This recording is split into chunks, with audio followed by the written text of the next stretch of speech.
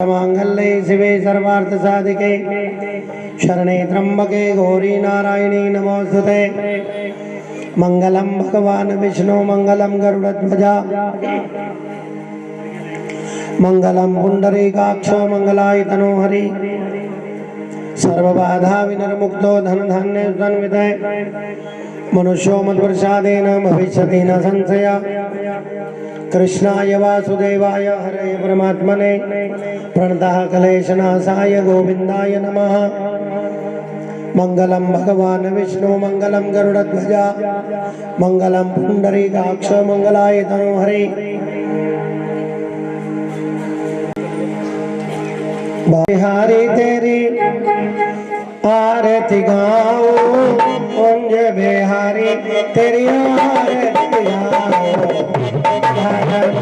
तेरी आरती गाओ मेरे घर तेरी आरती गाओ।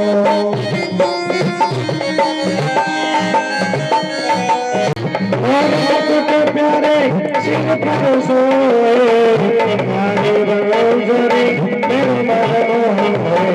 देख छवि बदे हरि जाओ कुंज बिहारी तेरी आरती गाओ बिहारी तेरी आरती गाओ गिरधर तेरी आरती गाओ।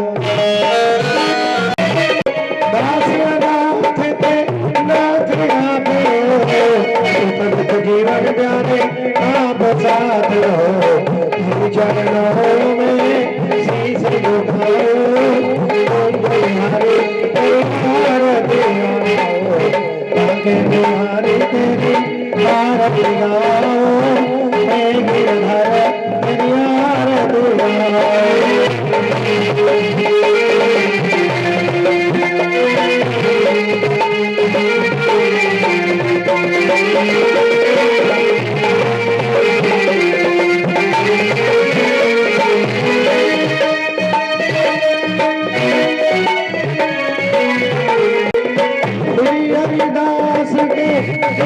तुम मेरे मोहन जीवन धन एक छवि बदे हरि जाओ कुंज बिहारी तेरी आरती गाओ बिहारी तेरी आरती गाओ गिरधर तेरी आरती गाओ बिहारी तेरी आरती गाओ कुंज बिहारी तेरी आरती गाओ बिहारी तेरी आरती गाओ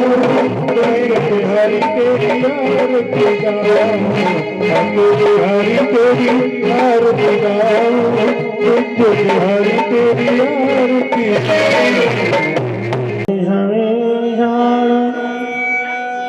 निर्वाण रूपम विभुं व्यापकं वेद स्वरूपं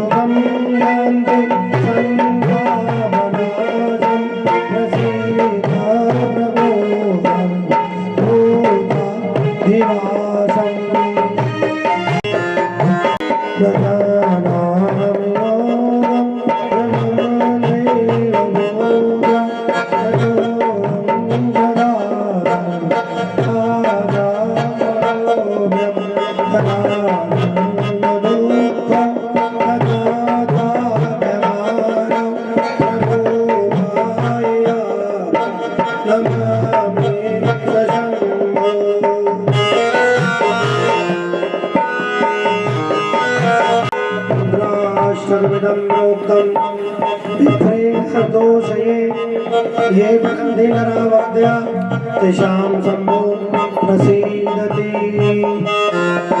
श्री कृष्ण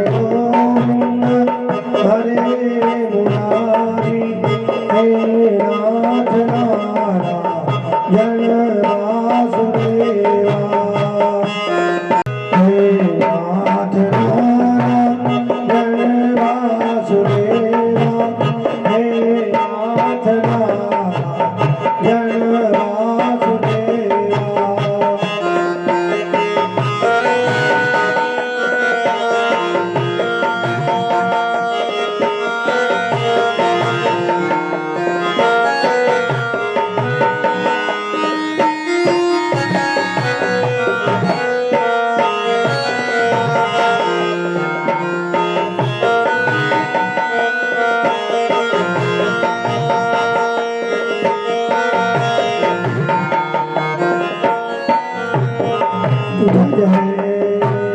श्री राधे अकारण करना प्रणालय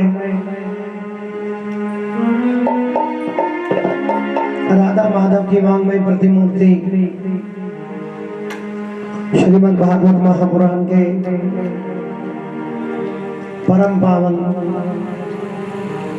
सानिध्य में बैठकर अग्रवाल स्ट्रीट अग्रवाल ये गली के इस आंगन में बैठकर आज हम कथा के दूसरे दिवस में प्रवेश कर गए। कथा में विराजमान भगवान प्यारे से लड्डू गोपाल जी श्रीमद् भागवत महापुराण का हम कोटि से धन्यवाद करते हैं, नमस्कार करते हैं, करोड़ों प्रणाम करते हैं तथा कथा में आए हुए ब्राह्मण देवता, संगीतकार, मेरी मातृशक्ति बहन भाई, आप सबका कथा में अभिनंदन, स्वागत। बोलो हरे कृष्ण।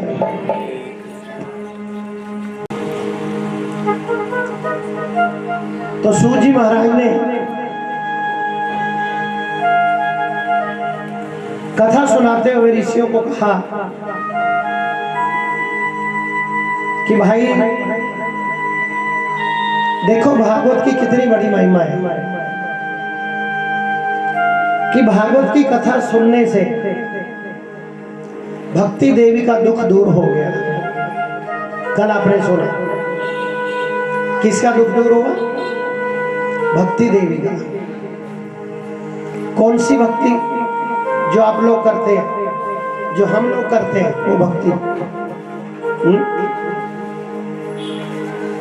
देखो मैं अक्सर कथा में कहा करता हूं कि जब अपने जैसे लोगों में कोई दुख आता है तो हम भगवान की भक्ति करते हैं। ठीक है जी, ध्यान से सुनिए, फिर आपके बात करने पड़ेगी, फिर रास्ता बंद कर। एक बात कही है कि अगर हम किसी श्रोता का चप्पल जूता संभाल के रखते हैं ना, तो जिसकी वो चप्पल जूता है उसकी कथा का आधा पुण्य वो ले जाता है, जिसने चप्पल जूते उठा के संभाल के रखी है। बोलो हरे कृष्णा। क्योंकि भीम वाली गली वाले बड़े बड़े सियाने हो गए कथा सुन करके, प्रूफ है इस बात का ही। बोलो हरे कृष्णा। हाँ, कथा सुन के सियाने हो गई।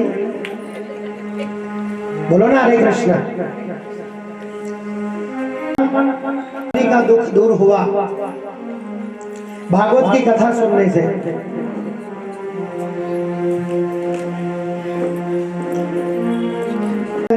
गोपाल मेरो है, गोविंद मेरो है, गोपाल मेरो है, गोविंद मेरो है, गोपाल मेरो है, गोविंद मेरो है। मेरो है।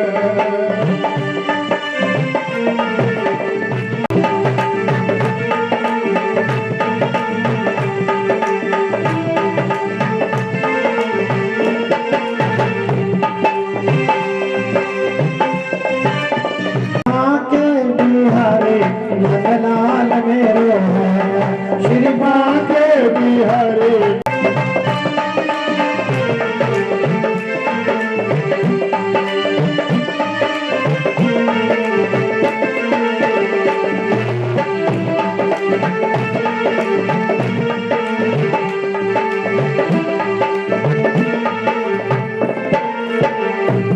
गोविंद मेरो है, गोपाल मेरो है, गोविंद है, गोपाल मेरो है। श्री बांके बिहारी नंदलाल मेरो है, श्री बांके बिहारी नंदलाल मेरो है। गोविंद मेरो है, गोपाल मेरो है, गोविंद मेरो है, गोपाल मेरो है।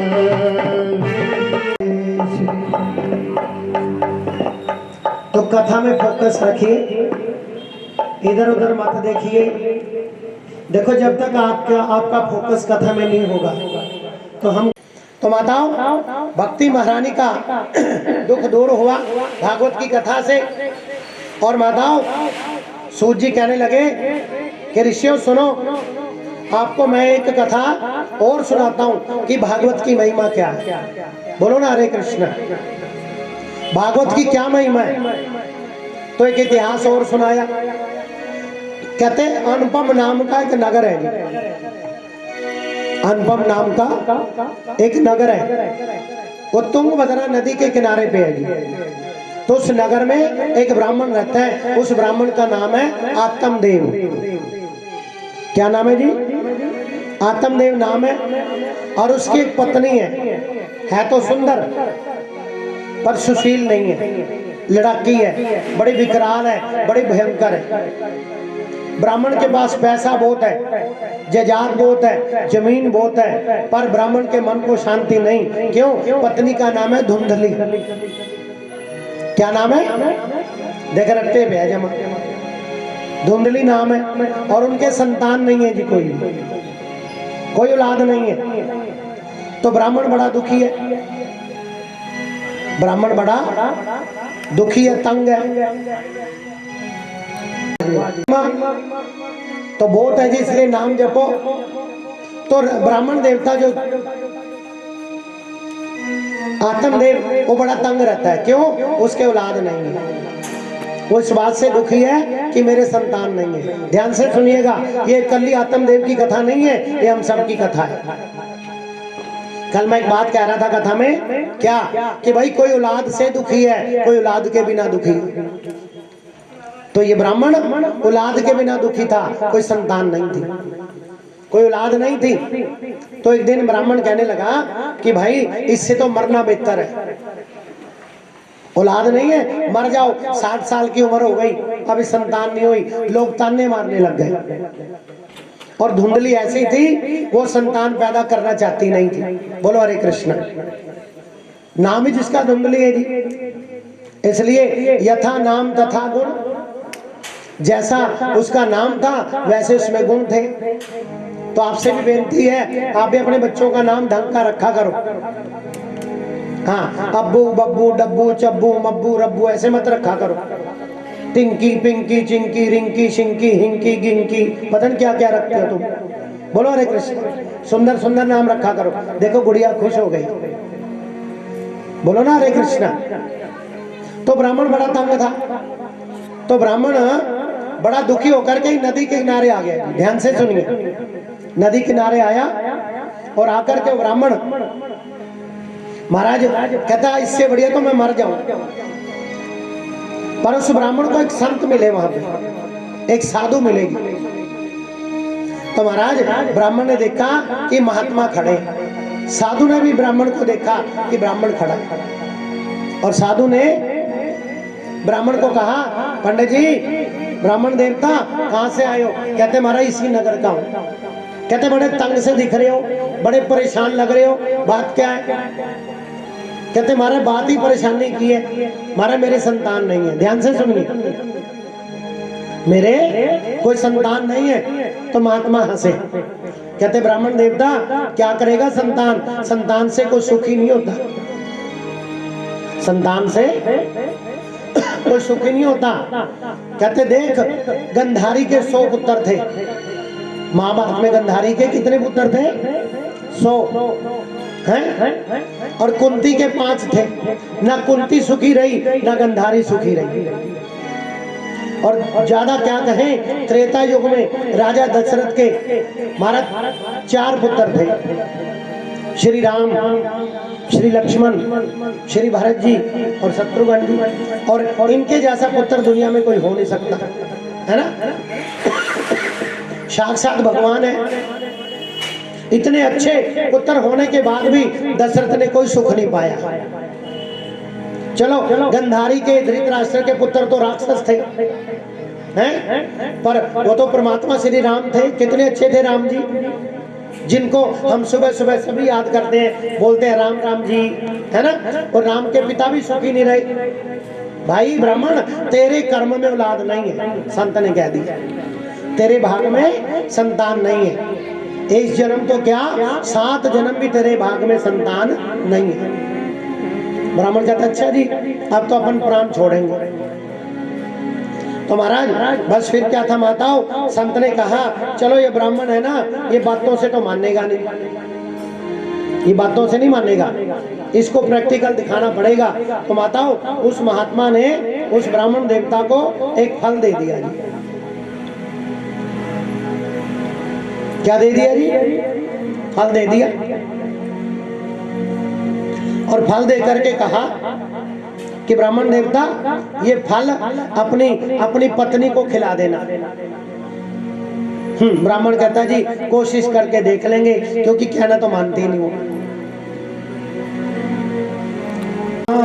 जय राम जय जय राम, श्री राम जय राम जय जय राम, श्री राम जय राम जय जय राम, श्री राम जय जय राम।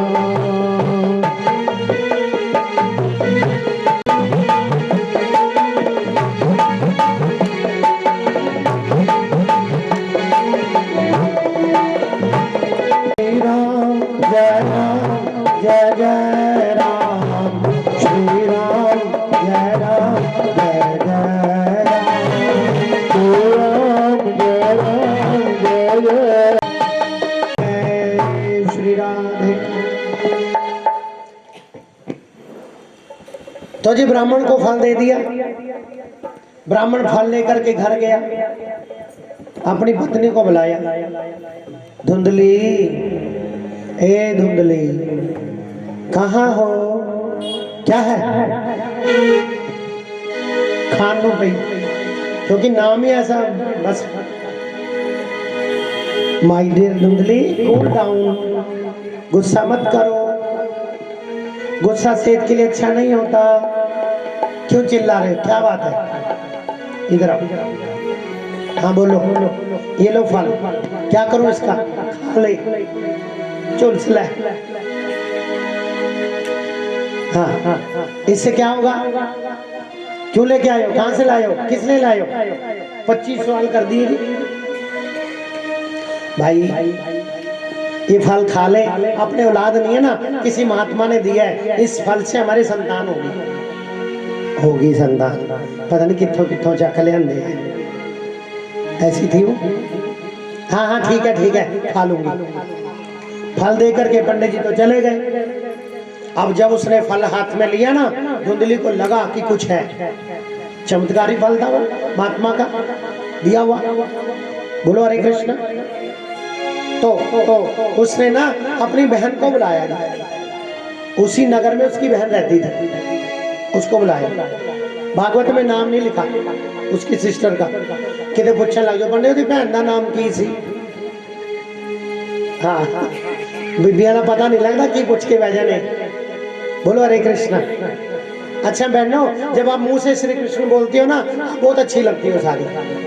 इसलिए मुंह उसी का सुंदर है जो भगवान का नाम लेता है, और उसका मुंह सबसे बुरा है जिसके मुंह से भगवान का नाम नहीं निकलता। सही है कि गलत है जी? हाँ। तो बहन को बुलाया। हाँ दीदी बोलो। दीदी को छोड़, तेरे जीजा जी का हो गया दिमाग खराब। कौन कह रही? धुंधली। क्यों? कहते मैं संतान पैदा करना चाहती नहीं, ये पता नहीं कहां से फल उठा लाए।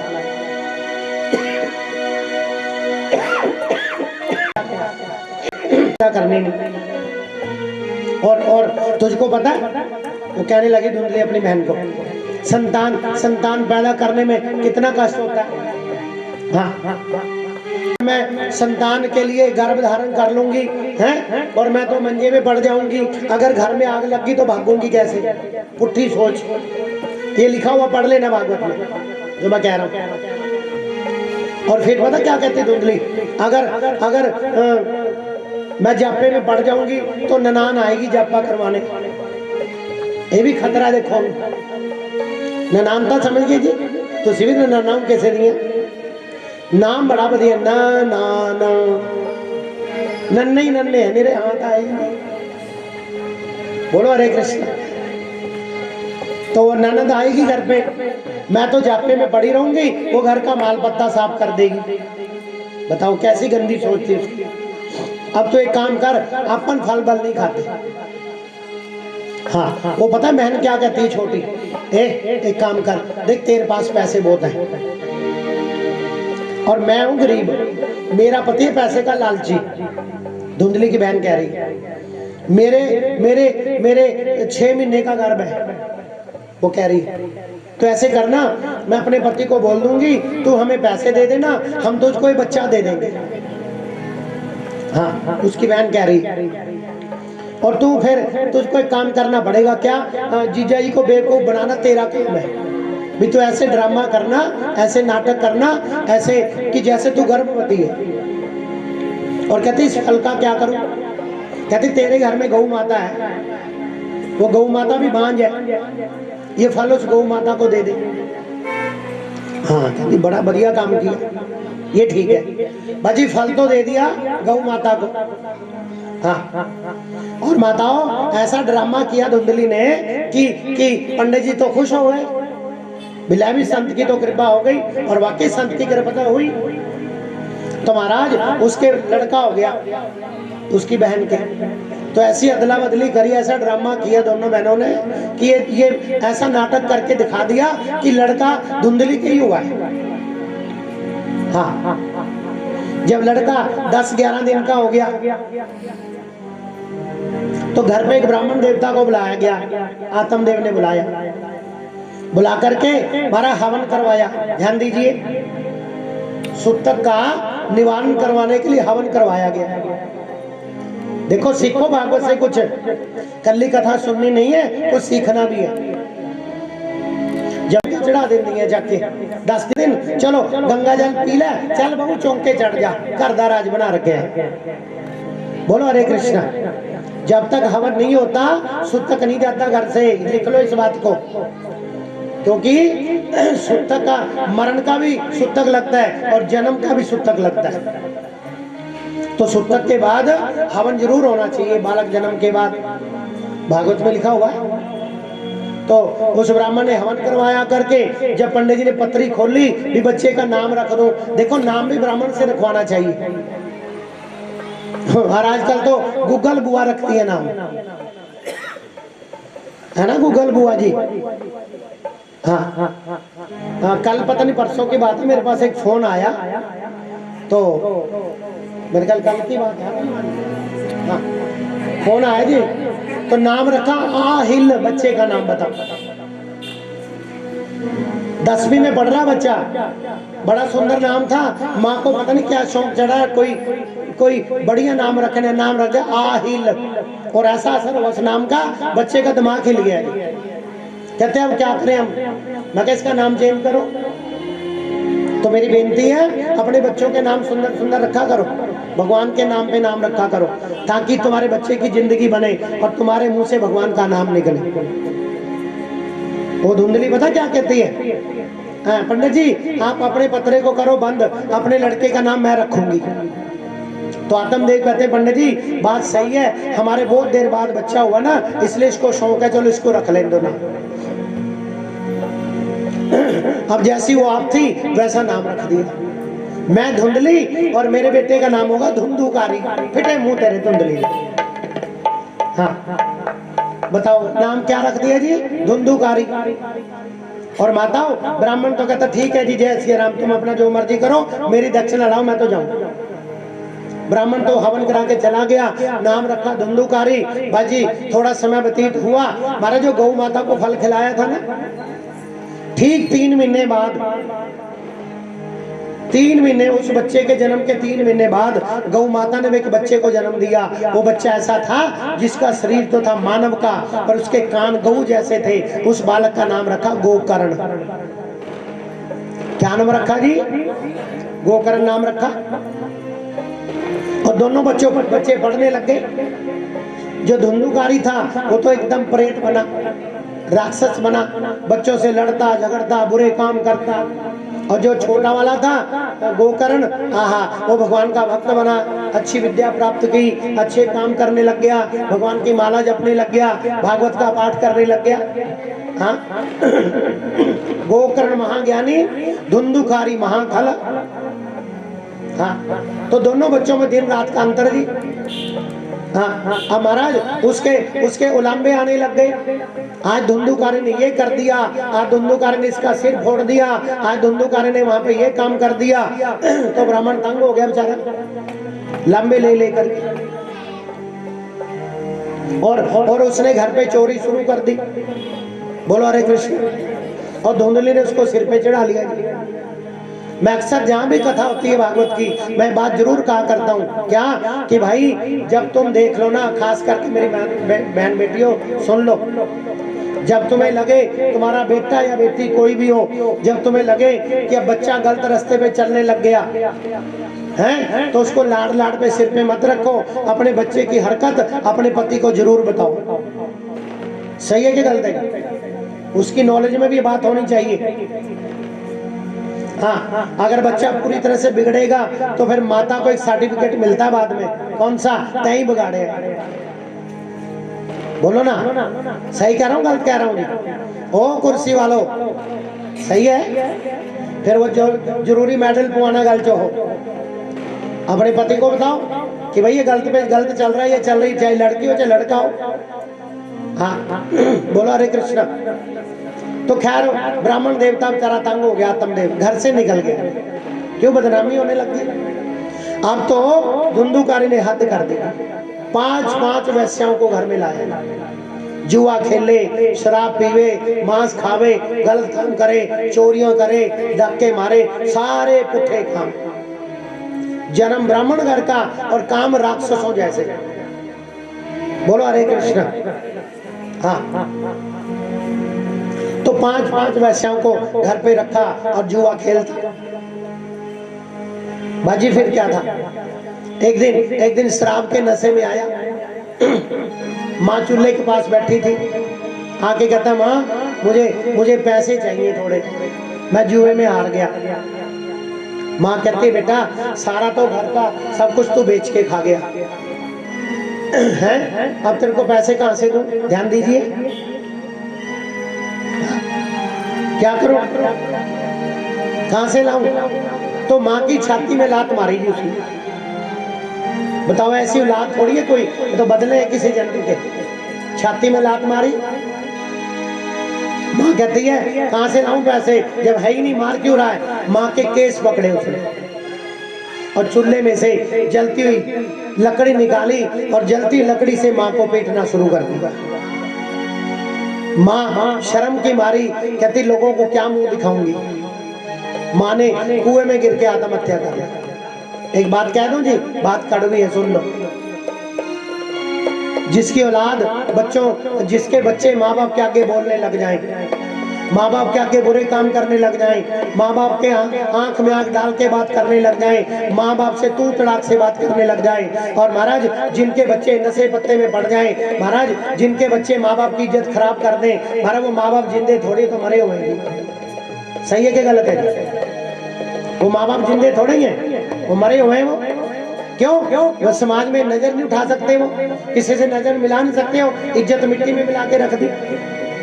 इसलिए एक प्रार्थना आप सबसे बेनती है क्या कि भाई भगवान से बच्चों के लिए सुख मांगो, कोई बुराई नहीं, पैसा मांगो, कोई बुराई नहीं, पर बच्चों के लिए सद्बुद्धि जरूर मांगा करो।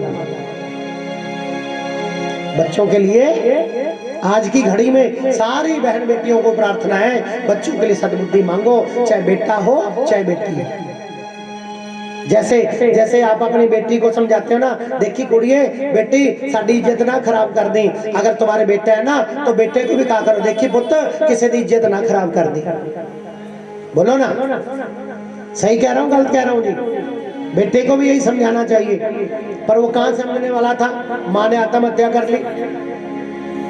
हाँ, तो गोकर्ण जी महाराज ने अपने पिता को समझाया, कहते पिताजी ये अपने कोई कर्मों का फल है। और ब्राह्मण को याद आया कि संत ने कहा था तेरे कर्मों में औलाद का सुख नहीं है, तेरे कर्मों में औलाद का सुख नहीं है। ओले दा खादा ते सियाने दा कहा पता ही बात च लगता है। उसको महात्मा की बात याद आई और वो कोसरा ब्राह्मण अपने आप को बीच से तो ये होता ही मर जाता है ना। कई बार आप भी दुखी होके कहते हैं कि नहीं ए बे तू जमदा ही मर जाता, तू ना होता चंगी गल।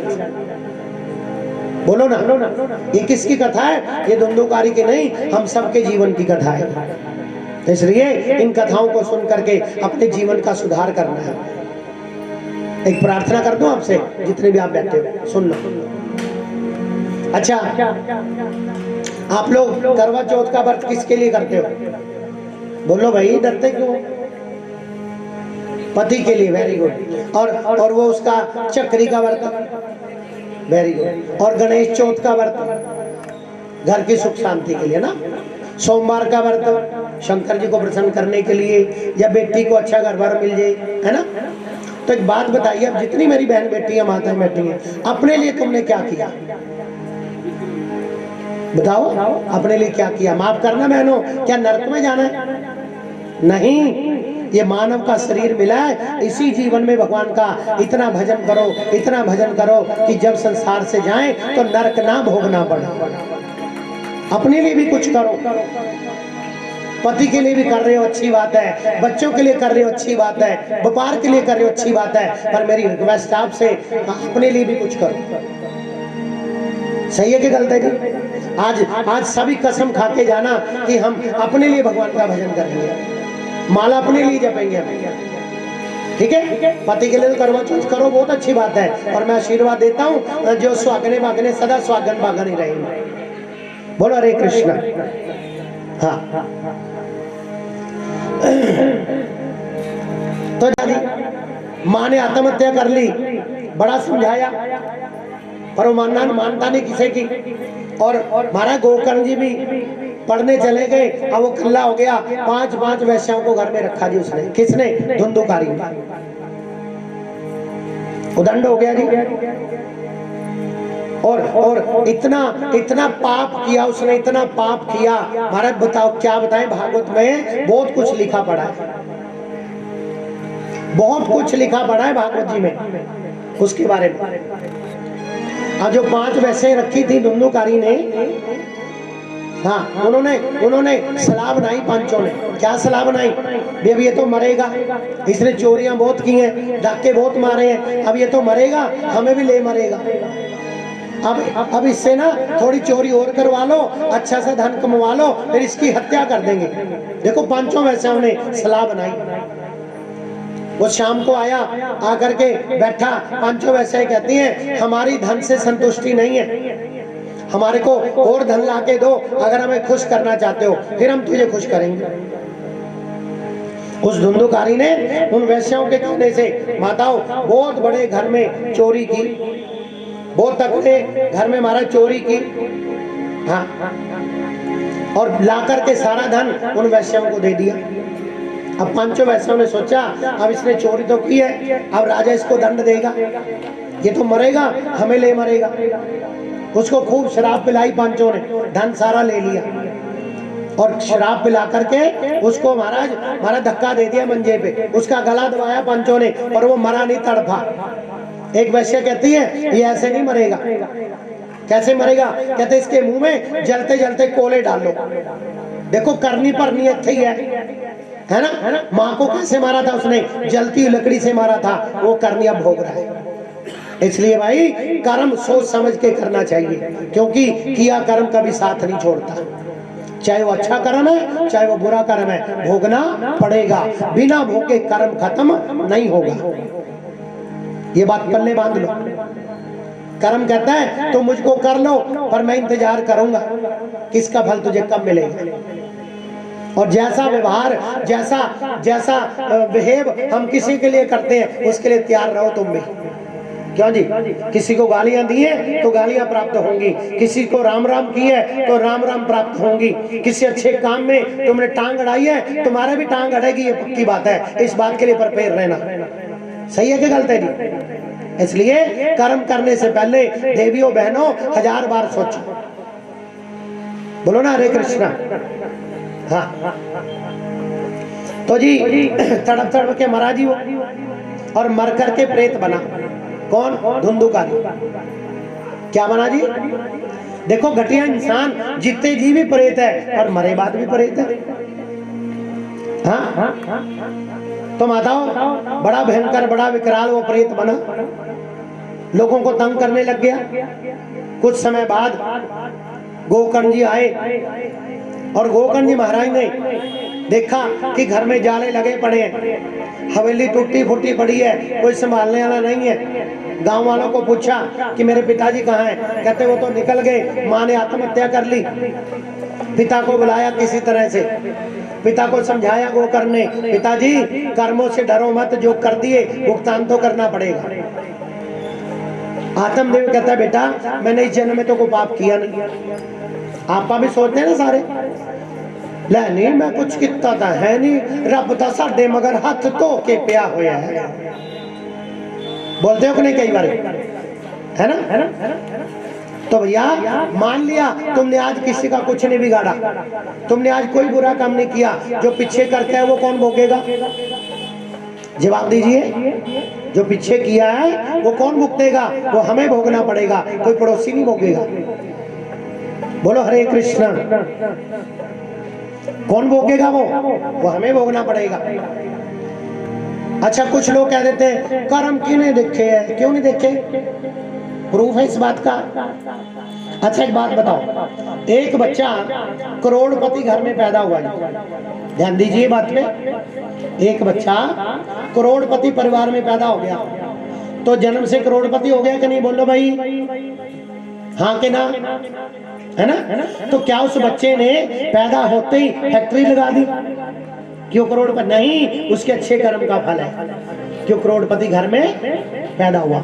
अच्छा एक बच्चा दरिद्री परिवार में पैदा हो रहा है, झोपड़ी में पैदा हो रहा है, सड़क पे पैदा हो रहा है, विचार कीजिए क्या उस बच्चे के महाराज फैक्ट्रियों में घाटा पड़ गया, व्यापार खत्म हो गया, कि उसकी नौकरी चली गई, वो सड़क पे आ गया? नहीं, ये उसके बुरे कर्मों का फल है कि दरिद्री परिवार में पैदा हुआ। ये प्रूफ है, ये सबसे बड़ा सबूत है। बोलो ना हरे कृष्णा। है ना? अच्छा आप देखो कितनी सेठानियां बैठी हैं यहाँ पे, आप भी इंसान हो, और जो आपके घर में काम करने वाली माँ आती है बेचारी, वो भी एक इंसान है। जवाब दीजिए, कर्मों का फर्क है कि नहीं? हाँ जब वो बेचारी आते हैं हम कितना तंग करते हैं उसको, अखे नहीं मारी झाड़ू तुमने, पोचा सही नहीं मारिया, खुंजे च मिट्टी रह गई, साफ फर्श मार के इल्ल वांगू निगाह रखते हैं कि नहीं? वो भी इंसान है भाई, कर्म है उसके, उसने बुरे कर्म किए, आज वो पोचे मार रही है, हमने अच्छे कर्म किए, आज हम हुक्म चला रहे हैं। बोलो ना सही है कि गलत है? इसलिए कर्म सोच समझ करके करना चाहिए। हमारा भी सर्दियां शुरू हो गई, देखो हम 8 बजे तक रजाई में से नहीं निकलते हैं, हम गरम गरम पानी में नहाते हैं, और वो बेचारी काम करने वालियां हमारा आके हमारी मन पक्की झूठ धोती हैं ठंडे पानी में, वो भी तो इंसान है। कारण कि उनके कर्मों का फल उनके भाग में लिखा हुआ है। एक एग्जाम्पल और ले लो कर्मों की। है ना। अच्छा, कुछ लोग कह देते हैं ना, हमने तो मेहनत से कमाया है सब कुछ। ठीक है, मेहनत करना अच्छी बात है, मेहनत करनी चाहिए, कर्म करना हमारा धर्म है, कर्म करना चाहिए। पर याद रखना, जो आज तुमको धन पैसा पुत्र परिवार मिला है ना, वो मेहनत से नहीं मिला। वो जो तुमने पीछे दिया था वो मिल रहा है। ठीक है। अच्छा, अगर मेहनत से कुछ होता, मेहनत करने से कोई अमीर बनता, तो आज भाई रिक्शा चलाने वाला अमीर क्यों नहीं हुआ? फिर जवाब दीजिए, कितनी मेहनत करते हैं रिक्शा वाला, बोलो ना। है क्विंटल क्विंटल की सवारी ढोंदा भाई, स्टेशन ते जाना, स्टेशन ते 50 रुपए लवांगे, 50 रुपए ले, 50 रुपए जान निकल जाती है 50 का नाम सुन के। हाँ ले, कल तो भाई 30 रुपए च लै गया सी, फिर तू 30 वाले च चली जाती। सही है कि गलत है? कोई झूठ बोली जाएंगे, 20 रुपए पीछे है, तो भला बोलो हरे कृष्ण, है ना? सही है कि गलत है? हाँ, तो क्या है जी, मेहनत करने से रिक्शा वाला अमीर नहीं बना। क्यों? उसने पिछले जन्मों में दान पुण्य भजन किया नहीं, इसलिए आज वो रिक्शा चला रहा है।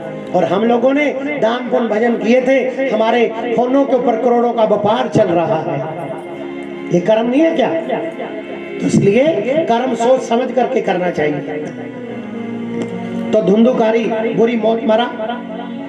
हाँ, सारा गांव दुखी प्रेत बन के सबको डराता, बुरे कर्मों का फल उसने पाया। इन कथाओं से हमको यही तो सीखना है। क्या सीखना है? कि भाई कर्म सोच समझ करके करना चाहिए। माताओं, तो गोकर्ण कहने लगा इसका उद्धार कैसे होगा?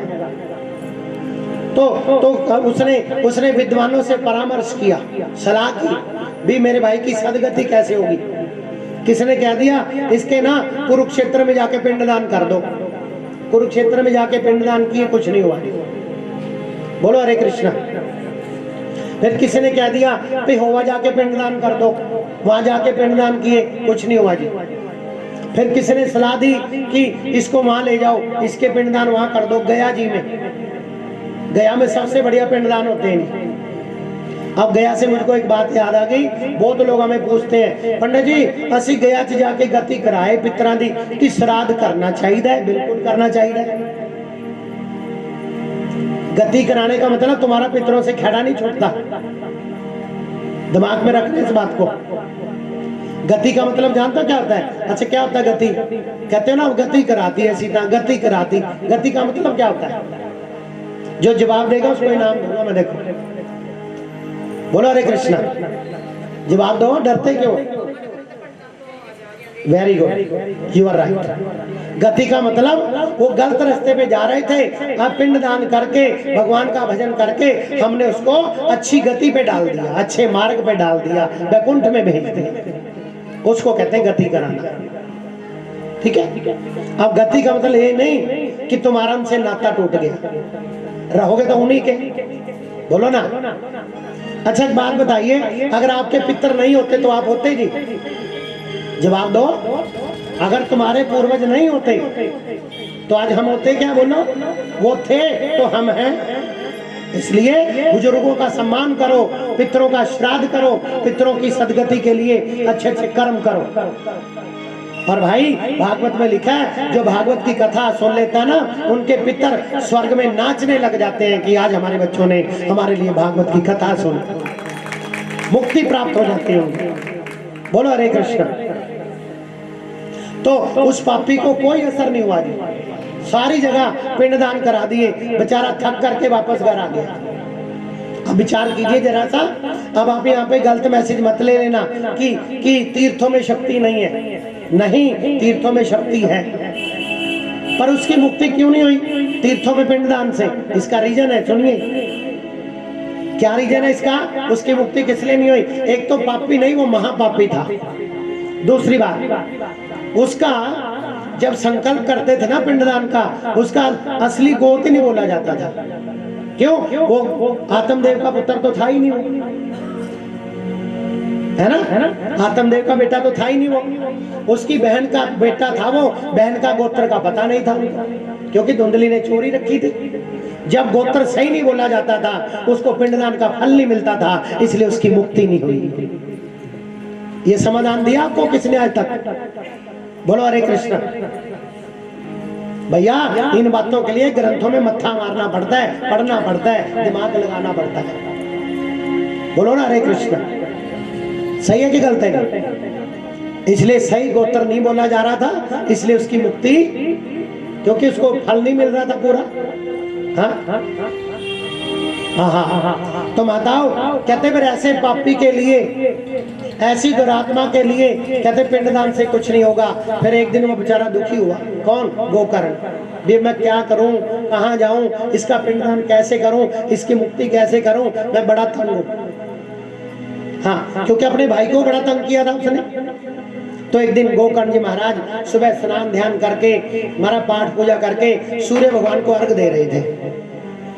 एहि सूर्य सहस्रासो तेजो रासो जगतपते अनुकम्य मां भक्त्या ग्रहणार्घ दिवाकर। अर्घ दिया और सूर्य भगवान को पूछा, हे सूर्य देव, आप तो जगत के साक्षी हो, आप ही बता दो मेरे भाई की मुक्ति कैसे हो। किसको पूछा? गोकर्ण ने सूर्य भगवान।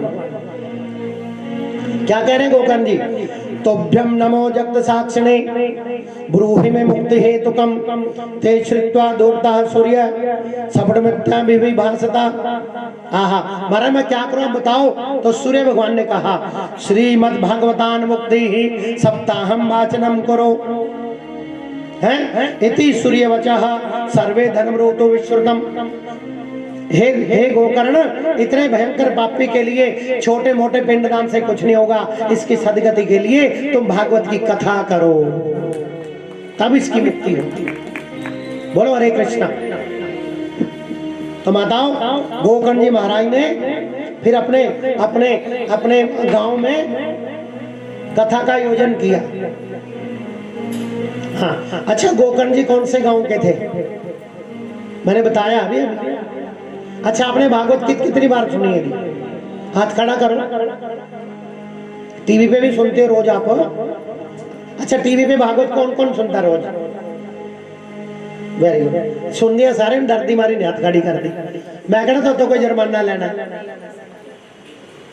है? बताओ कहाँ का था गोकर्ण? धुंधुकारी। अभी बता के हटाऊं मैं साथ में। बोलो ना हरे कृष्णा। आपको पता बहन जी कौन से गांव के थे? आपको पता जी? नहीं पता। नहीं तो चलो नए श्रोते बने। चलो डरो मत, मैं बता देता हूँ। अनुपम नगर का था। अनुपम नगर। अभी सुन के हटे हो? तुम्हारा दिमाग कहाँ चला जाता है? मेरा कीजिए, मैं तो नाम देना से आप है। बोलो हरे कृष्णा। तो मेरी बेनती आप लोगों से, ध्यान से कथा सुना करो। हाँ, क्योंकि मुझे आदत है, मैं अपनी कथा में ऐसा जरूर करता हूँ। क्योंकि देखो ये प्रसाद ही एक तरह से भगवान का। इसके लालच में आप कथा तो ढंग से सुनोगे ना, और जब आप मंच पे आते हो ना तो आपका मन गदगद करता है। देखो हमने मंच पे जाके व्यास जी से आशीर्वाद लिया। हालांकि ये बहुत देखा जाए तो इसकी बहुत कीमत है, और देखा जाए तो कीमत कुछ भी नहीं है ना। जब यहाँ पे आप आके सम्मानित होते हो ना तो उसका कहना ही क्या है। बोलो ना हरे कृष्णा। हाँ, तो जी अनुपम नगर में उन्होंने कथा की। किसने? गोकर्ण जी महाराज ने। तो बहुत से श्रोता वहां पे आए। हाँ, और महाराज बाजी वो प्रेत भी आया। कौन? धुंधुकारी। वो केवल अपने भाई को दिखाई दे रहा था और आके कहने लगा कि अब क्या करूं मैं। वो प्रेत कहता क्या करूं, कहां बैठूं? तो वहां पे ना एक बांस लगा हुआ था। ध्यान दीजिए, वहां पे एक बांस लगा हुआ था। हाँ, लगाया नहीं था, लगा हुआ था। कहते उग्या होया से सूखा था बांस और अंदर से खोखला था। हाँ बाजी, फिर क्या था? तो गोकर्ण कहते भाई तू पब्लिक में जाएगा तो पब्लिक में खलबली मच जाएगी, तो हवा रूप है, तो ऐसे कर बांस के नीचे से अंदर घुस जा। तो बांस में बैठ करके कथा सुन। तो धुंधुकारी प्रेत तो था ही, हवा रूप था, तो नीचे से अंदर घुस गया। माताओं इतने मन से कथा सुनी। देखो धुंधुकारी के पास तन नहीं था, मन था। और अब्बा तो बड़े भागी हैं, बड़े भागी हैं, हमारे पास मन भी है और तन भी है। क्यों जी? तो महाराज पहले दिन की कथा हुई तो पहली ग्रंथि फट गई, दूसरे दिन की कथा हुई, दूसरे दिन की ग्रंथि फट गई, तीसरे दिन की कथा हुई, तीसरे दिन की ग्रंथि फट गई, चौथे दिन की कथा हुई, चौथी ग्रंथि फट गई, फिर पांचवी, फिर छठी, फिर सातवीं ग्रंथि फट गई सातवें दिन। और वो प्रेत बड़ा सुंदर रूप धारण करके सामने प्रकट हो गया, सिर पे मुकुट, गले में माला, और विष्णु भगवान के दूत उनको चवन डुला रहे हैं। और विमान आया, विमान में बैठ करके वो धुंधुकारी भागवत की जय जयकार करता हुआ वैकुंठ लोक को चला गया। बोलो भागवत भगवान की। ये भागवत की महिमा है। फिर कहूंगा कि देख लो भाई, विष्णु भगवान के साथ जाना है कि यमराज के साथ जाना है, विचार हमें करना पड़ेगा। हैं? विष्णु जी के साथ जाओगे, जब भी जाओ धर्मराज नल जाना, कोई नहीं जाता धर्मराज नल, पर माफ करना आएगा तो वही। क्यों हम ऐसे कर्म ही नहीं करते कि विष्णु जी आए, है ना? तो आज से ये बात पल्ले बांध लो कि हमको अच्छे अच्छे काम करने हैं और ज्यादा से ज्यादा भगवान का भजन करना है, फिर आएगा वो गोपाल लेने के लिए। हाँ, ऐसे नहीं। बोलो ना हरे कृष्णा। हाँ, तो उसकी मुक्ति हो गई। और वहां पे जितने श्रोता थे ना, सातवें दिन सारे श्रोता कहते हैं गोकर्ण जी माफ करना, कथा तो भेद करती है, भेदभाव करती है कथा। तो गोकर्ण जी कहते भाई कथा भेदभाव नहीं करती ना, कहते फिर उसके लिए तो विमान आ गया, हमने भी कथा सुनी, हमारे लिए तो विमान आया नहीं।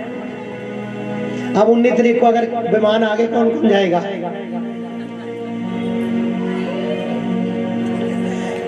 ना पंडित जी।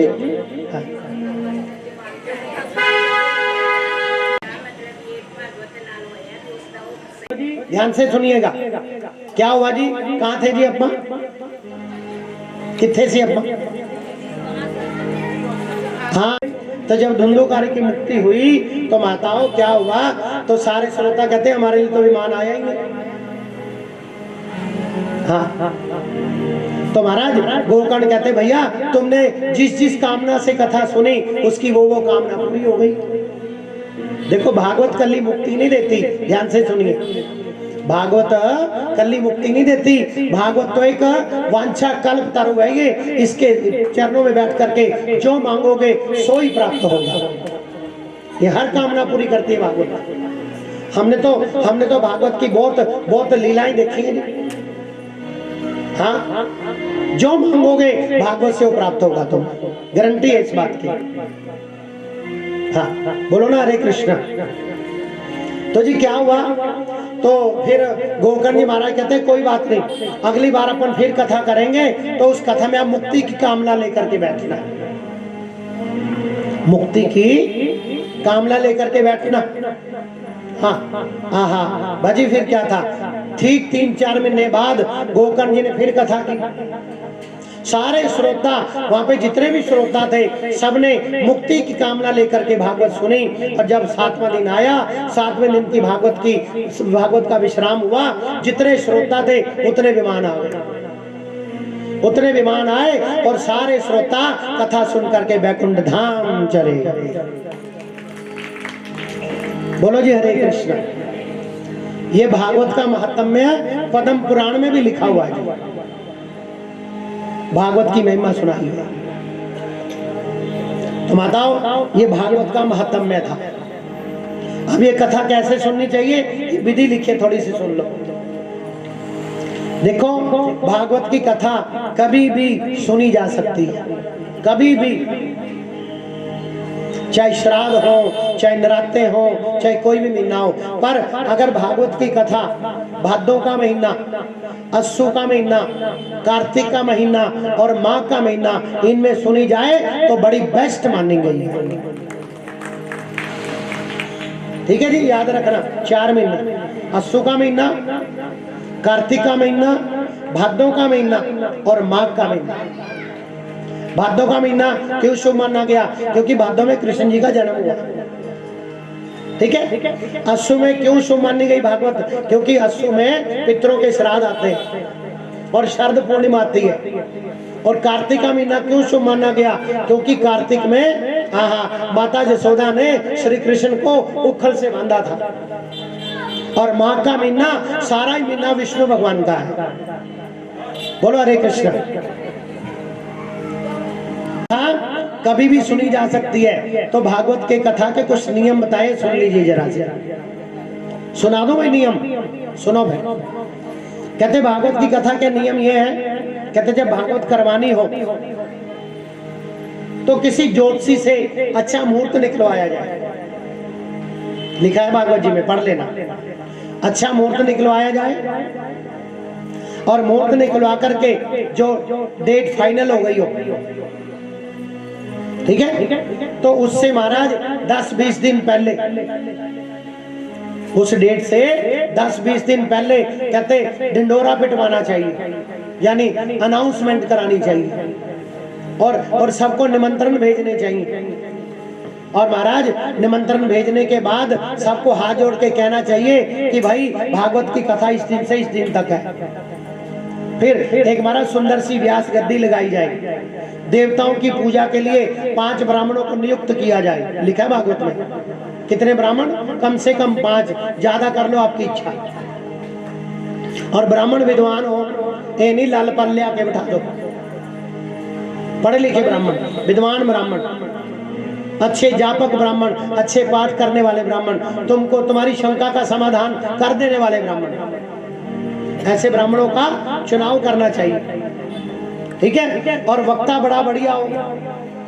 कैसा वक्ता? लिखा है भागवत में, विरक्तो, सबसे पहले लिखता है विरक्तो वैष्णवो। विरक्त का मतलब वो कथा की दक्षिणा मांग के ना लेता हो, भी अन्य रुपये लेवांगे ऐसी फिर आवांगे ऐसे। बोलो ना हरे कृष्ण। और आज क्या है? आज 95% वक्ता ऐसे ही है ना। चाहे बड़े से बड़ा हो, चाहे छोटे से छोटा। सही कह रहा हूं, गलत कह रहा हूं? ठीक है। वक्ता बस केवल कथा करने वाला हो। महाराज जिस वक्ता ने कथा की फीस खोल दी, वो कथा उसने बेच दी।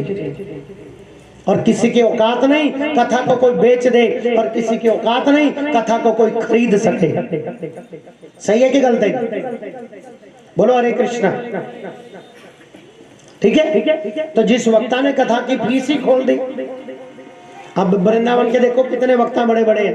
11 लाख रुपया लेंगे हम, 21 लाख, 11 लाख, 5 लाख, 2.5 लाख तो थल्ले था कोई है ही नहीं, है ना। और हम लोग उधर ही दौड़ दौड़ के भाग रहे हैं। सच्चे के झूठे जी? बहुत कड़वी बात है। हाँ, क्योंकि उनका माल मसाला थोड़ा बड़ा है, उनकी शक्लें टीवी पे आ गई, उनके चेहरे बड़े हो गए बस। और कथा तो वो भी यही करते हैं, और तो कोई कथा है नहीं थी क्या? और कथा उनके कोई धुंधुकारी अलग है उनका, कि धुंधली अलग है? बोलो ना, जवाब दीजिए। धुंधली अलग है कि धुंधुकारी अलग है, कि उनका आत्मदेव अलग है, कि उनका कोई कृष्ण अलग है? बोलो ना। यही कथाएं, बस एक चेहरे बड़े हो गए टीवी पे आके। और भैया बात माफ करना, वो लोग कथा कम करते हैं, प्रवचन ज्यादा करते हैं, और हम पैसे की मांग ज्यादा करते हैं। इतनी माइयों की सेवा हो रही है जी, इतनी गौ सेवा हो रही है जी, ये करो जी, वो करो जी। बोलो ना, यही चल रहा है सारा दिन टीवी में, आप देखते ही हो। और माफ करना, वहां जाके देखो होता कुछ भी नहीं। एक बार वीडियो बनवा लेंदे हो, लंगर खवांदे दी, गौ सेवा दी, और बार बार फिर वही दिखा रहे टीवी पे। ये सारे ड्रामे मैंने देखे हुए हैं, कह रहे हैं। बोलो हरे कृष्ण। हाँ, क्या गलत है जी? बस शोसेबाजी है। भागवत में तो ज्यादा से ज्यादा कथा होनी चाहिए, ना कि कोई ड्रामा होना चाहिए, है ना। 3 घंटे की कथा आती है, उसमें आधा घंटा तो उनका अनाउंसर ही खा जाता है। सही है कि गलत है? आधा घंटा तो उनका अनाउंसर खा जाता है। हाँ, इसने ये दिया, इसने ये दिया, इसने ये दिया, इसने इतने के दिए, इतने ये दिए, है ना। नाम सुन के टीवी ते चौड़े हो जाते हैं। साडा नाम बोलिया टीवी च, साडा टीवी नु गल च पा लिया चक के। बोलो हरे कृष्ण। सही है कि गलत है जी? हाँ, अरे भाई कथा में तो कथा की महिमा होनी चाहिए, कथा ज्यादा से ज्यादा होनी चाहिए, और हमें आदत है हम कथा ही करते हैं ज्यादातर। हाँ, बोलो ना हरे कृष्णा। हाँ, गोविंद जय जय गोपाल जय जय, गोविंद जय जय गोपाल जय जय, राधा रमण हरे गोविंद जय जय, राधा रमण हरे गोविंद जय जय, गोविंद जय जय गोपाल जय जय, गोविंद जय जय गोपाल जय जय।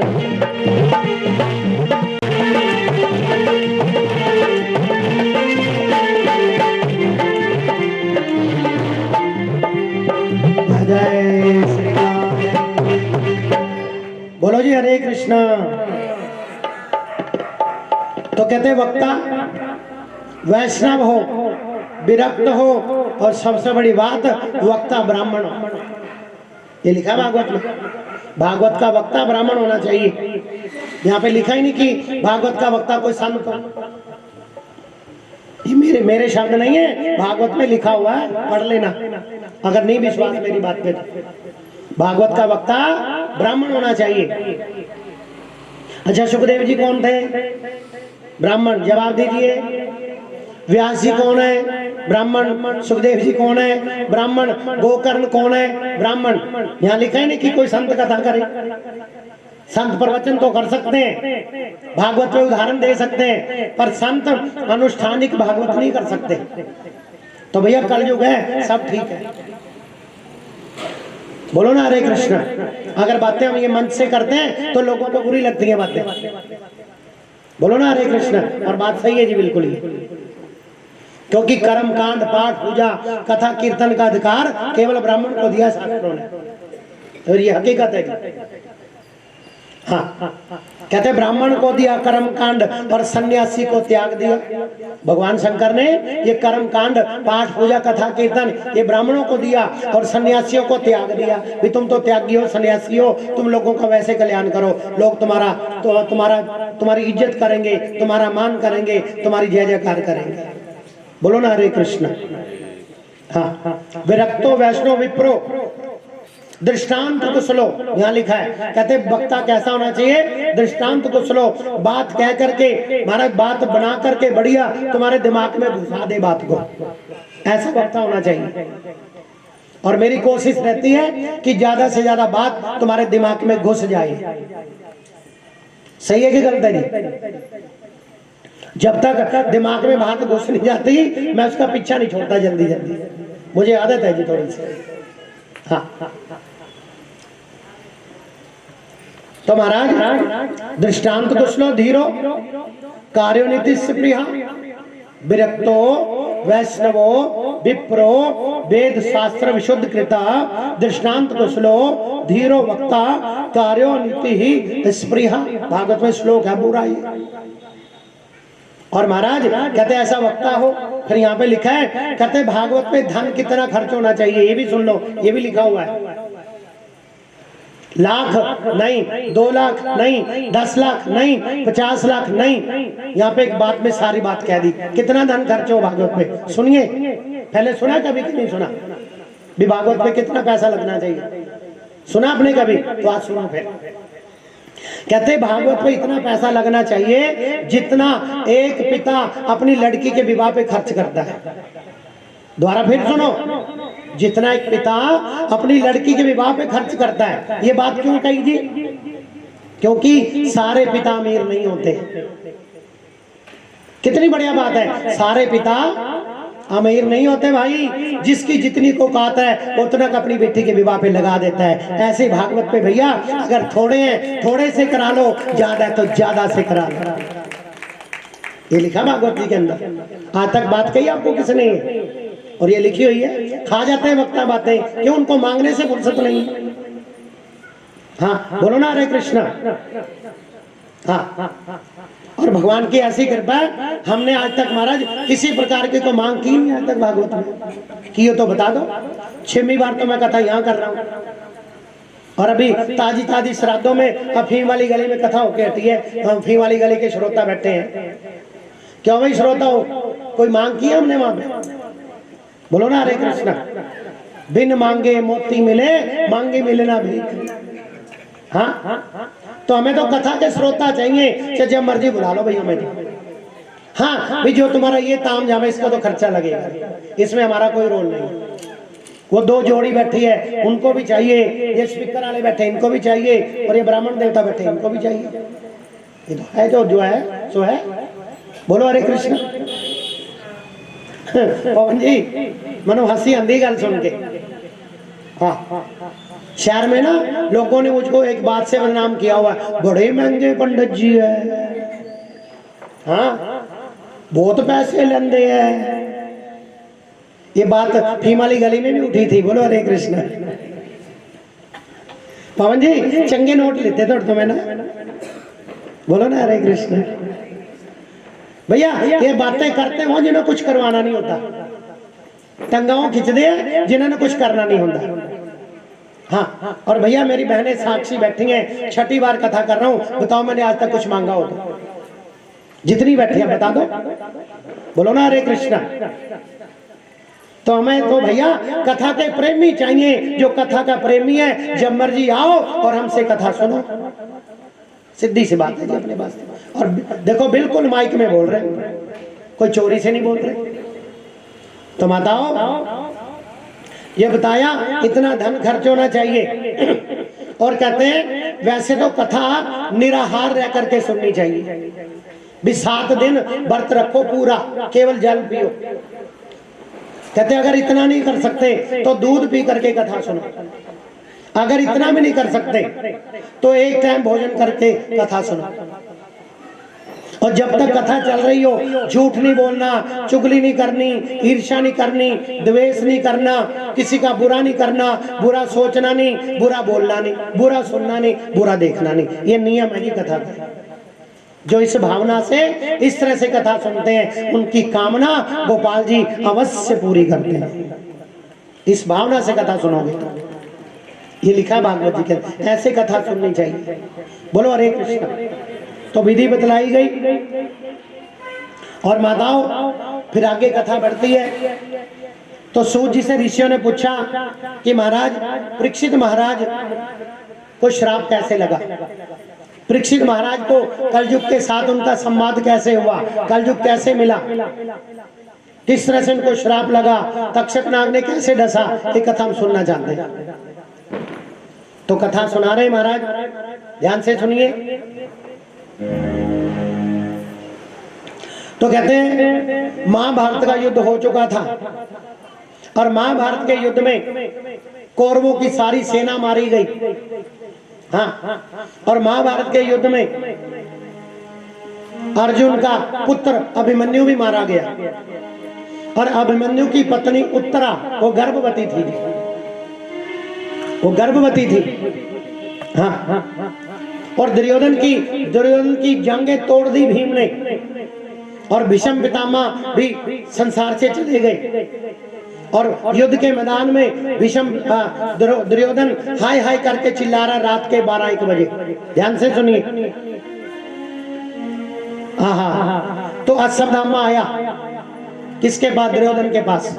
कहते महाराज आपके इतना शरीर घायल है, आपकी टांगे टूटी पड़ी हैं, आप मर जाओ ना, प्राण छोड़ दो, क्यों तकलीफ झेल रहे हो? तो दुर्योधन पता क्या कहता है? कहते कैसे मर जाऊं, प्राण निकलते नहीं है। क्यों? कहते जब तक मेरे दुश्मन जीवित है ना, मैं कैसे मर सकता हूँ? पांडव 5 थे, एक भी नहीं मरा, और हम 100 थे, एक भी नहीं बचा।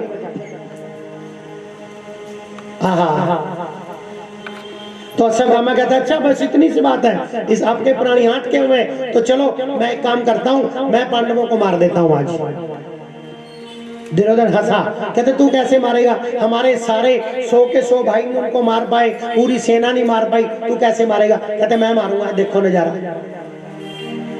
तो अश्वत्थामा रात के अंधेरे में मारा पांडवों को मारने के लिए चल पड़ा।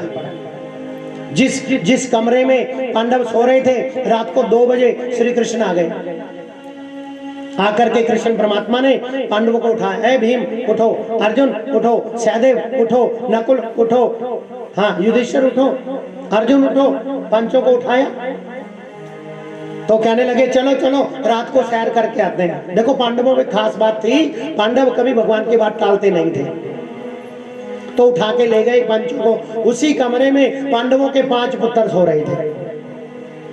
अश्वत्थामा आया, अंधेरा था, दिखाई दिया नहीं, 5 बच्चों के सिर काट के ले गया और एक कपड़े में बांध के वो सिर जाकर के दुर्योधन को कहता, महाराज आप कहते थे ना पांडवों को कोई मार नहीं सकता, देखो मैंने पांडव मार दिए। कहते मैं नहीं मानता, तो उन्हें पांडव मार दिया, दिखा सबूत दे। तो महाराज सबसे बड़ा सिर निकाला, वो भीम का पुत्र था। और महाराज जब दुर्योधन ने हाथ में वो सिर लिया, भीम के पुत्र का दबाया और सिर फूट गया। दुर्योधन कहता मूर्ख, ये भीम का सिर नहीं हो सकता, भीम का सिर इतना कच्चा नहीं है, तो उनके बच्चे मार दिए मूर्ख। अब तू भाग जाए यहाँ से, पांडव तेरे को छोड़ेंगे नहीं। अश्वत्थामा भागा, दुर्योधन ने प्राण छोड़ दिए। सुबह हुई, द्रौपदी ने आकर के देखा, ओहो हमारा 5 धड़ पड़े, सिर नहीं है। चिल्लाई द्रौपदी, कैसे हुआ, क्यों हुआ, किसने किया? पांडव आ गए, कृष्ण आ गए, किसने किए ये पाप? भगवान कहते हैं ये अश्वत्थामा का काम है। अश्वत्थामा को पकड़ लिया गया और द्रौपदी से पूछा, द्रौपदी इसको क्या सजा दी जाए? जो तू कहे वो सजा दी जाए। द्रौपदी कहते इसको छोड़ दो, इसको कोई सजा नहीं देनी। क्यों? कहते ब्राह्मण का पुत्र है, हमारे गुरु का पुत्र है। देखो द्रौपदी कितनी दयालु है। द्रौपदी कहती है कि गुरुदेव द्रोणाचार्य ने हमको इतनी विद्या दी, इतना पढ़ाया लिखाया, आज हम उसके बदले उनके पुत्र को मार दे? नहीं, कोई बात नहीं, मेरे पुत्र मर गए, कोई बात नहीं, मेरे 5 पति हैं, मैं अपना जीवन उनके सारे काट लूंगी। पर गुरुदेव तो संसार से चले गए, द्रोणाचार्य जी हैं। और अश्वत्थामा की माँ कृपी, द्रोणाचार्य की पत्नी का नाम है कृपी। कहते कृपी और किसके सारे जिएगी? गुरुजी तो स्वर्ग चले गए, उनके बेटे को भी मार दोगे तो अपना जीवन कैसे व्यतीत करेंगे? तो द्रौपदी ने छुड़वा दिया, मुंचिता हमेशा, इसको छोड़ दो।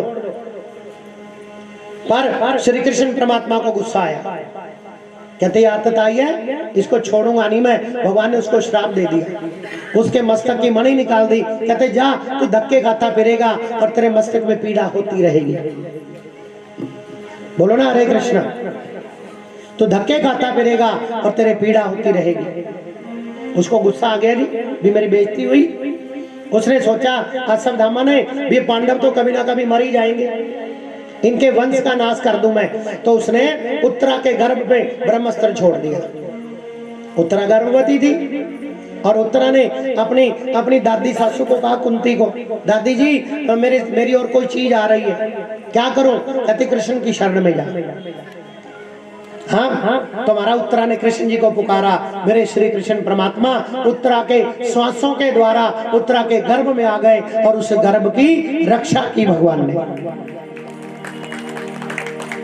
हाँ, ब्रह्मास्त्र का नाश किया मेरे परमात्मा ने, गर्भ रक्षा की।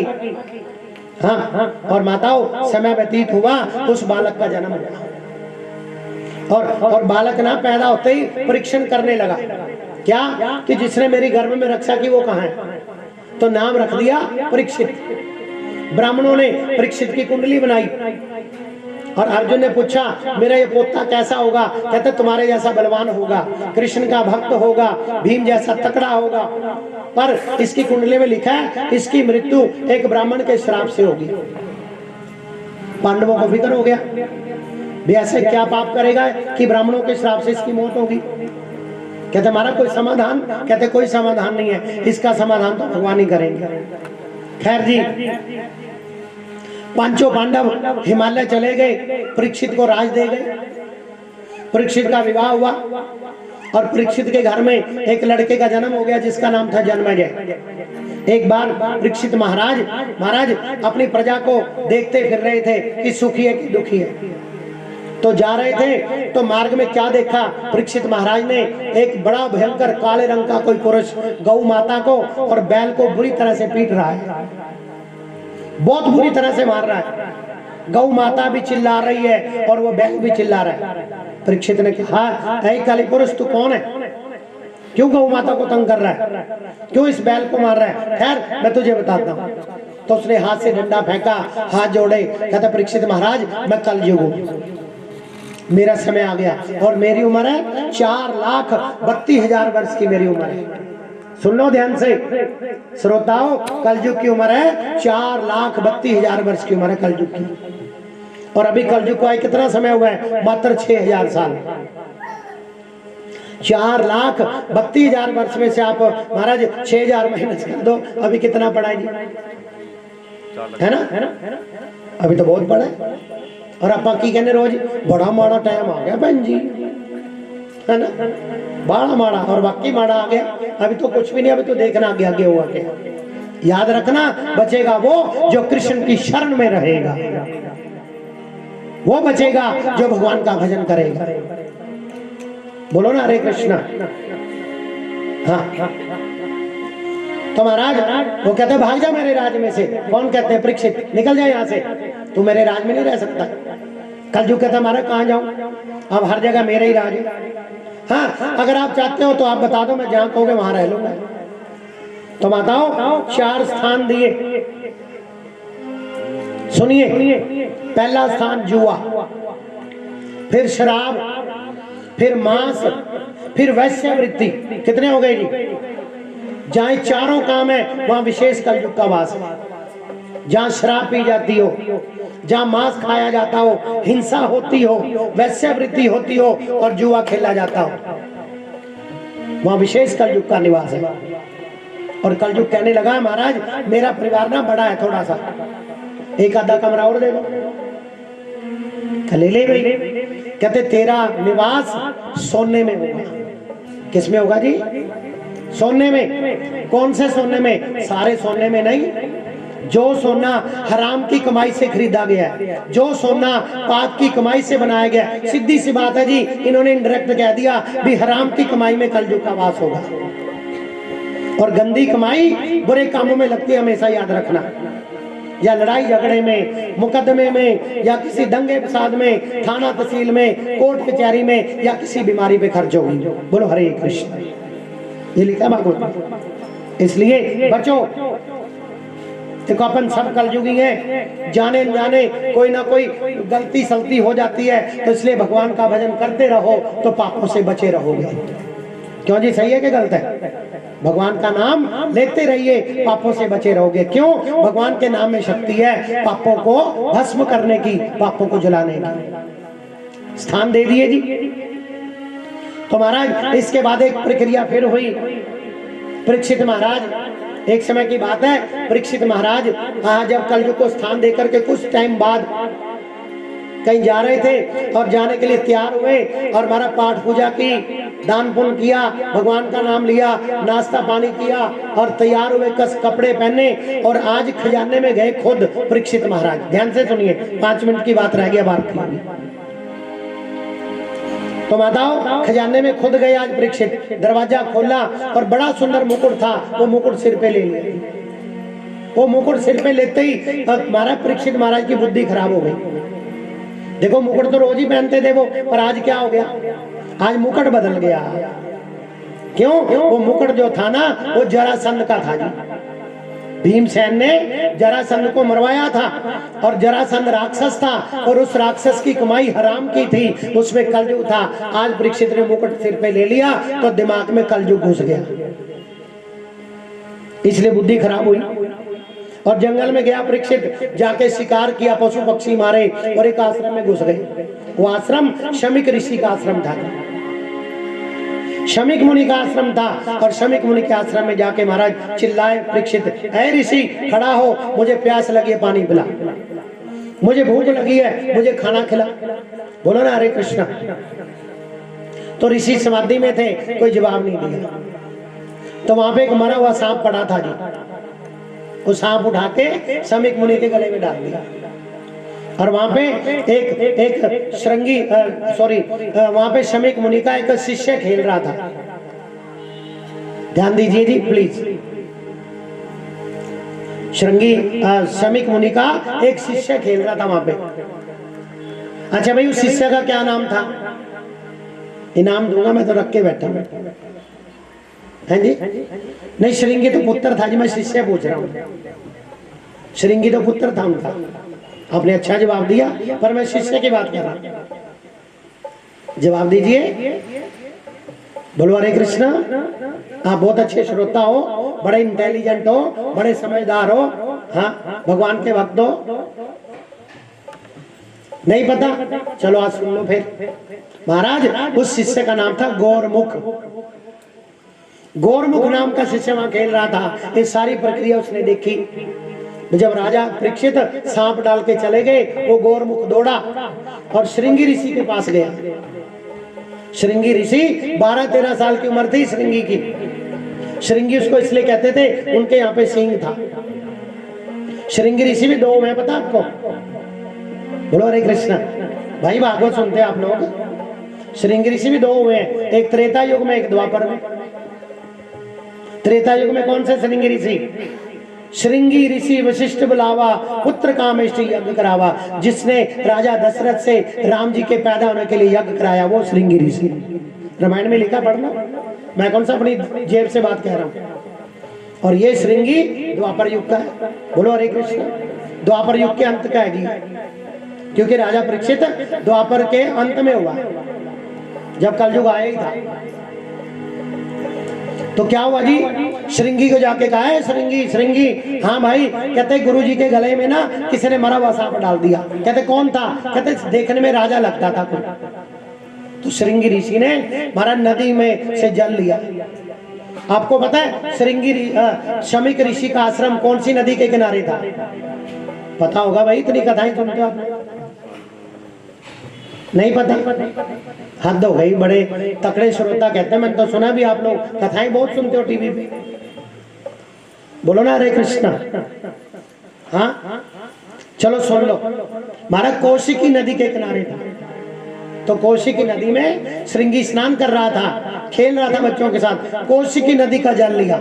कहते जिस भी राजा ने मेरे पिता के गले में मरा हुआ सांप डाला, आज से 7वें दिन तक्षक नाग आएगा, उसको डसेगा और उसकी मौत हो जाएगी। ये श्राप दे दिया जी। और श्रृंगी ऋषि जब आश्रम में आया, पिताजी के गल से सांप निकाल के फेंका। पिताजी को जगाया समाधि से। पिताजी उठो। बेटा क्या हुआ? पिताजी आपके गले में किसी राजा ने मरा हुआ सांप डाल दिया। बोलो हरे कृष्ण। बोला करो, वहां नहीं आती। बोलो हरे कृष्ण। और पीछे वालों बोलो हरे कृष्ण। इधर वाले भी बोल दो भाई हरे कृष्ण। यही काम आएगा और कुछ नहीं काम आएगा। क्यों जी? ठीक है, गलत है? क्या काम आएगा? हरे कृष्ण काम आएगा। तो क्या हुआ जी? कहने लगे कि पिताजी मैंने उस राजा को श्राप दे दिया। अच्छा, तुम्हारा आंख बंद करके देखा कौन सा राजा था? राजा तो हमारा परीक्षित है। बोलो ना हरे कृष्ण। अच्छा, पांडव कहां के राजा थे जी? हद हो गई, ये तो बड़ा आसान सवाल है जी। वेरी गुड, बहुत अच्छे। ठीक है। और आजकल हस्तिनापुर कहाँ है बीबी? दिल्ली नहीं, दिल्ली इंद्रप्रस्थ है। दिल्ली इंद्रप्रस्थ है। चलो मैं बता देता हूँ, जो मेरठ शहर है ना, मेरठ, हाँ बस वो है। बोलो हरे कृष्ण। जाके पूछ लेना, नहीं विश्वास तो चलो जाने की जरूरत नहीं, गूगल पे सर्च मार लो, पता लग जाएगा। बोलो हरे कृष्ण। ठीक है जी। तो माताओं, अच्छा, तो कहते तूने तो भाई परीक्षित को श्राप दे दिया, तो बड़े अच्छे राजा हैं, तूने क्या किया बेटा? कहते पिताजी अब तो हो गया। तो उसी गौरमुख को दौड़ाया, जा बेटा जाके परीक्षित को सावधान कर दे कि आज से 7वें दिन तक्षक आएगा, तुझे डसेगा, तेरी मौत हो जाएगी, अपना मुक्ति का उपाय कर ले। जा करके शिष्य ने राजा को समाचार दिया कि आज से 7वें दिन मैं मर जाऊंगा। तो राजा रोया नहीं, चिल्लाया नहीं, करलाया नहीं, किसी से कुछ पूछा नहीं। हाँ बस, और कहा बहुत अच्छा हुआ, बहुत अच्छा हुआ, बहुत अच्छा हुआ, मैंने पाप किया था ना, उसकी सजा मुझको मिलनी चाहिए थी। और हम लोग किसी पाप की जब सजा मिलती है ना, कोई दोबारा नहीं छोड़ते फिर आप, क्योंकि भैया सारे दोबारे कहते हैं कि जो किया तो भोगना तो पड़ेगा। सही है कि गलत है? जो किया है भोगना तो पड़ेगा। और बिना भोगे कर्म खत्म नहीं होता, ये भी पक्की बात है। बिना भोगे कर्म खत्म नहीं होगा। अच्छा एक बात बताओ, आपके बैंक में जितने भी पैसे पड़े हैं, जब तक आपका वहां पे नाम बोल रहा है, खाता बंद होगा जी? जवाब दीजिए। जब इस धरती का बैंक तुम्हारा नाम जब तक चल रहा है, वहां पे खाता नहीं बंद हुआ, और मेरे ठाकुर जी तुम्हारा खाता कैसे बंद कर देंगे? जो तुमने किए हैं, है ना, हंस हंस के जो किए कर्म, बोलो ना हरे कृष्णा। देखो कलयुग का आदमी कैसा है, कलयुग का इंसान कैसा है, पाप भी करता है और खुश भी होता है। देखा दुकान ना बद पैसे दे गया मैं 500 रुपए, मैं दस बड़ा बहुत सोहना काम किया तेने, बड़ा मैडल मिलूगा तेन, गोल्ड मैडल। बचो बचो, बुरे कर्मों से बचो। हो ही जा रहे हैं तो ये कथाएं तभी तो कह रही हैं बचो। ये कथाएं किस लिए सुन रहे हैं लोग? बचने के लिए, बुरे कर्मों से बचने के लिए। तो राजा सब कुछ छोड़ करके अपने पुत्र जन्मेजय को राजगद्दी पे बिठा करके गंगा किनारे आकर के बैठ गया। जब गंगा किनारे आकर के बैठा, बड़े बड़े ऋषि मुनि वहां पे आ गए, सबको पूछा मेरी मुक्ति कैसे होगी? किसी ने जवाब नहीं दिया। तो वहां पे सुखदेव जी प्रकट हो गए। बोलो सुखदेव भगवान की। अब भैया सुखदेव जी ने फिर कथा सुनाई परीक्षित को। अब तो भैया सुखदेव जी कल को शाम को 7 बजे ही बोलेंगे। ठीक है, बोलो सुखदेव भगवान की।